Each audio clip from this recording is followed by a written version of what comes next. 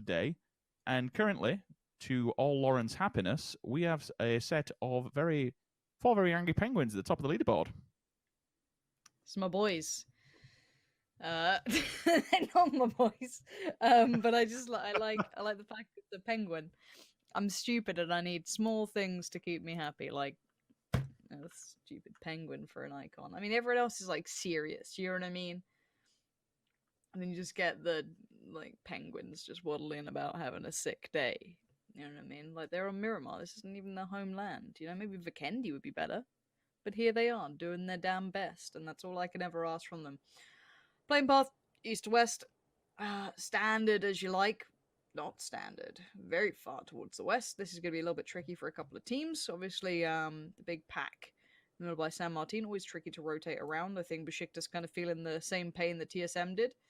That you are perpetually surrounded. Go on, make please. Richard stay. Make please. Richard stay. Failed me of how the circles work. Somebody may be in a disadvantaged position at the moment. Bakendak caught off guard. Faultlessly. You can tell they've been struggling for loot, given the fact that he has no scope on that, and a budget biker helmet to boot as well. If he's got no scope, if he does have one between it, he'll put it on the back for the SLR for the distance, but at least they pick up a point and keep them pushed back. That puts Red Zone and Veg at the end in there. The amount of times we've seen them, it's kind of rinse and repeat like Impala. So if you're an IGL, you have to pick a position at the moment where you want to be, or, more importantly, where's attainable? Where's a position that we can rotate from? That's the better IGL for me. That's the one who looks beyond this circle currently. Kissick, fight of his life.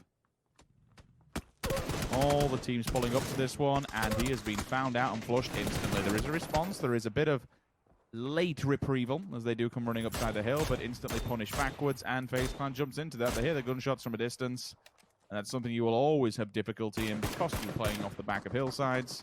I mean, hell, he's shooting a dead body, doesn't realize he's been stolen, he's dead. Really loud, those bells, isn't it? Oh, they are. Good lord, yeah. They're really kicking off today. Yeah, literally. They're really into a bit of good tags. Tab is a one-shot. Oh, there it is. Anyone's going to get it. Na'Vi now have to decide, do they pull up or do they carry on? I think they'll carry on with this one, given how many teams you'd have to expect to be lurking in the distance. The north is going to be a bit sketchy, given the fact there's only one way really to go. You don't want to be running open fields against the Pozo, Montenuevo backgrounds, because someone's going to be sat inside Nuevo just waiting for you. It's the benefit of being the only team in Montenuevo, and at the moment it's Tornado Energy. If it does pull towards the east, they're going to be in a bloody damn good position. They can take the pick of the bunch. They've won, or at least got into the top three, certainly. Memory serves me. Garage fights that we saw off the back where you can control the top lines of it. GF, NLT. They are sitting happy. ENCE might be able to make something work off of this, but they would need a lot of circle luck to get that hardship coming their way. That field, though, that quadrant to where they... That in mind. Northern Lights were in a bit of a split. They're now going to have to try and get together with Spyro Vectors, GF, the Wildcats, ENCE. Suddenly become quite powerful players, but that western side has gone from bad to worse. It was pretty dicey to begin with. You had a lot of teams. This is going to be hard to get away cleanly. Already, Scooby's going to find faultlessly. You've got Fate, Flushing, Besto. So Na'Vi have had a really hard run here. I don't know how they're going to approach it with what they have left. I mean, Senya and Kemba are fantastic players, but they've been left out in the cold here. Fate's been holding by himself in this tiny little compound, trying to make something happen. Besiktas on the outskirts with Na'Vi. Red Zone looking on the outside, and TP North. There's no easy way in. There has to be a fight here. Besiktas need more than what they've had so far. They've been one of the first out every single time. And Senya might just do it to him again. This could be brutal. They should be able to survive here. There's so many players, but there's just sitting ducks for Senya. Oh, no. Besiktas, come on, hold on to this, please. This is not going to be 3 games, surely. You can't fall like this. That's a flush. Na'Vi need to switch into potentially frag out mode here, because getting into this next circle, very unpleasant. Well, with Na'Vi having 2 players alive, this was an opportunity for Besiktas to actually get out of 16th place and do something. All of a sudden, they've been split at the wayside by 2 different rosters, or even just one-man band. I mean, you saw the spin on the mini to get the dink on the headshot and force one back. CKTR is just rezzing at the wayside. Better luck next time's also here. So there's another solo ban. There is still opportunities that Besiktas could do something. couple of points to pick up. It would have been nothing, but it'll be a start of things to hopefully come their way. 1-on-1. And it's actually now V. Okay, so this time around we don't have the old triple threat going through. Besiktas do survive not only 6th position, 16th even, should I say, but they're actually up into 14th. So they take out one player, pick up a point, make something of it. But still, it's, I mean, we're saying that like it's a bit of a meme. It's not great. It's not good points at all. With 0 coming into this after 2 games flat done. I know we have a 6-day group stage. I understand that. It's kind of said before, there's a lot of matches to be played out, but with every single one, you just go further and further down that leaderboard. It becomes so much more difficult to get yourself back up to the top and into the qualification zone in front of them, which kind of hinders any further progress. Nuclear Penguins will hold the compound to the left of the road and basically can just bang everyone dead to rights on the western embankment. TQ ends probably mutual self-destruction so shortly. Circle have pulled a bit more than what I anticipated from the roadside, so they'll have to go further up through that open field area. NLT and GF still in fantastic positions. IW off the back of the hillside, also in a priority compound, so great work for them. Raise Your Edge or WP may try and scout in and get killed on arrival. We shall see. We'll watch that kill feed and keep an eye. Red Zone going for the push. Welcome to the party. Northern Lights at the bottom and welcoming them with open arms. Batulin with a follow-up. Monkey goes down. I did say you may potentially see the scouts going over and getting killed, which they did, so Raise Your Edge will kind of stay their footing for now. WP has made it out into an open field. Scooby from the side, and that's that priority compound off the side of the hill. It's time to do work on teams working their way in. FaZe Clan losing a player. Not too good. They're in a vehicle and they're trying to make something work. Hit one of the ditches upside of the hill, which they do for now. If Mome doesn't have the information that they're here, although you should have heard the vehicle given his position, or maybe not. It is a bit too far. Tekka's top of the hill, Can 98. Come on, son, using a bolt action, hit a shot. We want to see this. It's a proactive play. Even though they are safe and inside the circle, they wanted to go further. Nice extent. Beautiful little over peak. NLT working as a team. They eliminate FaZe Clan. That is really good teamwork and a nice read as well for the over. And underwhelming for FaZe, considering this circle, this is normally where they are very, very strong and they should be able to pull results away. I understand it's not how it always goes, but so far not so good for FaZe, in my opinion, and I want to see them do better, and I think we can hold a team like that accountable even in the early foray of games. Now, beyond that, though, look at the East.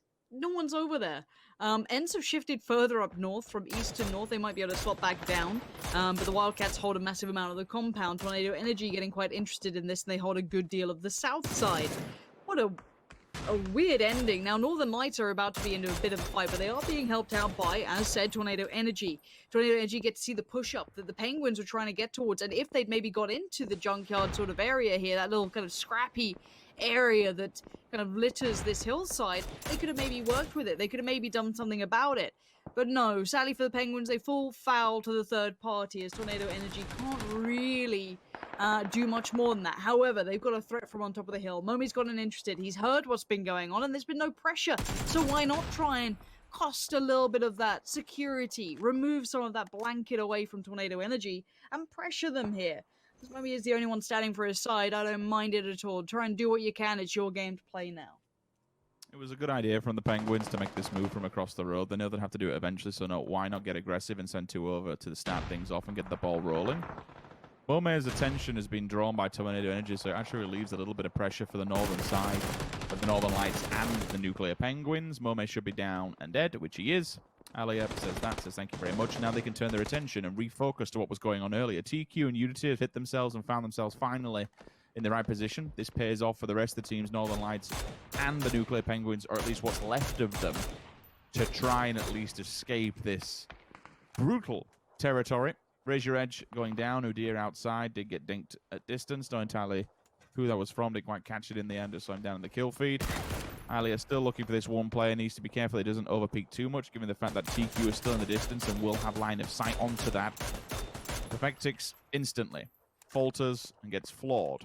Will rotate back. Melman's inside the circle. It gives Quizzy and Elia something to play with at least this central area. For Tornado Energy, if TQ get in unhindered, and as I say that, the Can 98 we spoke about earlier on, dink, straight to the dome, knocks him down. He's in the blue as well, so that'll be a confirmed kill. But it comes down to Tornado Energy and Snip. How much casualty do you take on the rotate to get through this? With a shot like that coming out of Batulins, it makes it all that much harder. For a newer team, you'd think, okay, well, we can't leave his comrade. We're inside the circle. We'll smoke this one up. We'll use the utility, and we'll try and get him back on his feet. But then you get punished. You can see now they're forcing themselves into these resible positions, but this leaves them exposed. He's gone for the res. Stealthy's back up, but they're in open water here. This should be a field day for all the teams around them. Nade goes down. Will it find anybody? Of course it does. He's half health. Easy peasy. Zekko's there as well. This could be a follow-up. It was a really, really strange call to go for that res, especially in such a very, very open position. It's now punishing. They've lost 2 by doing so. Yeah, no way they're getting back on their feet there. Snip, I mean, I don't know how long they felt they could hold that position, just because, you know, you were going to get a great deal of pressure. You can see the send it happening, just trying to get through to a ditch, find some sort of position to try and play from, and WP are now under fire. They did take one, but Evolution does get traded out in the end. That's going to be the last of his kind as well. With potential going down, we are down to 7 teams. Let's take a look at what we have in this circle. A lot of fractured, broken teams left alive. Ents getting the sharp end of the stick from the Wildcats. And the Wildcats could become a big threat down the line. Same with GF. Purely because they have these 4 players alive. Tornado Energy down to 3. Ents, I think maybe you have only 1. Rustamar here. Bog is still alive. Croman still alive. You know, TQ were down to 2 and now make it 1. Probably Redzi being caught up by Melman. It's going to be a big battle between the 2 bigger sides left. And look at that high ground sitting firmly with the GF squad. Oh, Rustamar. Oh, dearie me. Just a free bit of feed coming through. Rupture's going to claim that one. That's going to be the flush going towards him. Last player from TQ should be falling. Quantum go out in 6th position. It's pretty scary to think that all that, even though he's not with us in the lobby anymore, all that initial engagement kicked off from Batulin, just getting 1 knock onto 1 player. Every other team around them just says, okay, well, there's a fight going on, so let's just magnetize towards this. Catches them healing. Teammate with him. Rupture's there. They have the other 2 playing safe on circle. This is most of the lobby in front of them. This is a free kill all day of the week. Spray down, easy, comfy, insta-flush. That is the barrel at his peak. Another headshot. She created his nuts. If he stays alive here, Rupture needs to support his teammate right now. Needs to provide backup. But look how many players are in front of them. There's so many scurrying around this hillside. I don't know what meta you're playing in Beetle, but an SKS and an Uzi. I mean, whatever works, right? Nade's come down. She created should be able to pick up a few frags here off the back of them, but it's stolen away. Alia steps up. Ab will face the full frontal force of Tornado Energy. They are stepping up. Both of these rosters looking really strong at the moment. 4 players standing, though, and a very damaged, a very broken Tornado Energy arrives to the party. Quizzy, the only player with full health, I stand corrected, instantly eliminated. Rupture rips his face off, and it comes down to Alia. Hold the ground on this side. The Wildcats, there's 3 players over here. They've let the vent off the leash to go control the Eastern Embankment. And IW, well, they're looking unstoppable. This could be their game. I'm so impressed with the Wildcats play then. Literally pushing out at the perfect time. And really 1 team and then 2 snakes left. We do have Bogger for the Penguins. Shout out to oh, did the car just move? Well, been spotted. Levin's found Bogger, and we are... Sorry, yeah, found Bogger, and now it's just Croman alive. Magnetizing to the vehicles, these snakes. And if you can get anything, that's great. I doubt you'll be able to walk away with much here, though, Croman. Levent may get an angle, given his position behind him. Oh, is he having a look? Okay, fancies it. Fancies it. Insta, you've got to hit that. Tap, tap, tap. All 3 of them are now just aiming down the barrel. Should be an easy GG. Job done. The Istanbul Wildcats